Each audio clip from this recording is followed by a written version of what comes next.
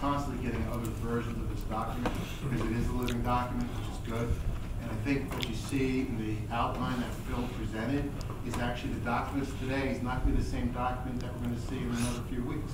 It's going to continue to evolve. It's going to continue to. Well, no. It's not. Okay.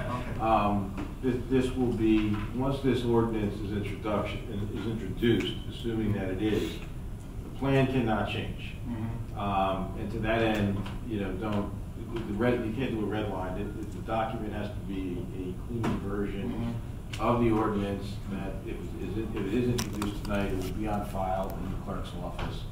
And that will not change. If there is any change, any material change to that document, then by law you would have to reintroduce the ordinance again. So the planning board could send it back to. So the planning board, what will happen is, assuming that the ordinance is introduced tonight, it goes to the planning board tomorrow night, I believe. And the planning board, no, not tomorrow. It would go the 9th if it was. The 9th, okay. The planning board would review the document for master plan consistency and could make whatever other recommendations that it wanted to make. If the planning board were to make recommendations that were to cause the plan to change in any material way, then there would be a requirement that the council would have to reintroduce. If it wanted to incorporate those changes, it would have to reintroduce the ordinance and go through the process again in that way. So if that doesn't happen, then if it's introduced tonight, that will be the final document. What will continue to evolve is there will be more specificity, more meat on the bones, as it were, with regard to some of the issues that were touched upon tonight that cannot be fully developed in the plan, in the redevelopment plan. For example, just when the hard engineering is done, the details are done for a site plan submission, there will be more analysis and more specificity given to the roundabout with regard to pedestrian and cyclist safety. If the applicant cannot satisfy the planning board that that condition is safe at the site, that would be a basis for the planning board to deny the application.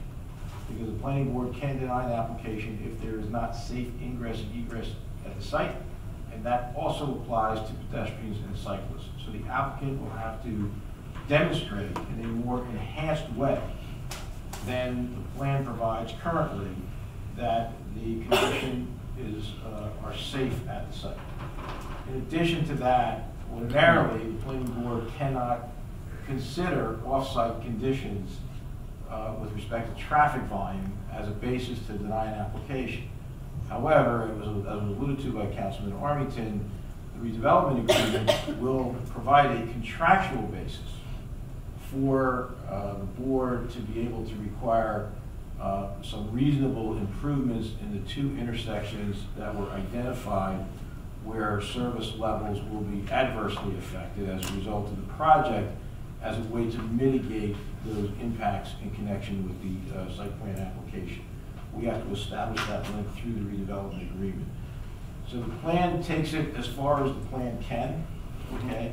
But there will be additional specificity with regards to some of the items touched upon by yourself and Councilman Armington that will be,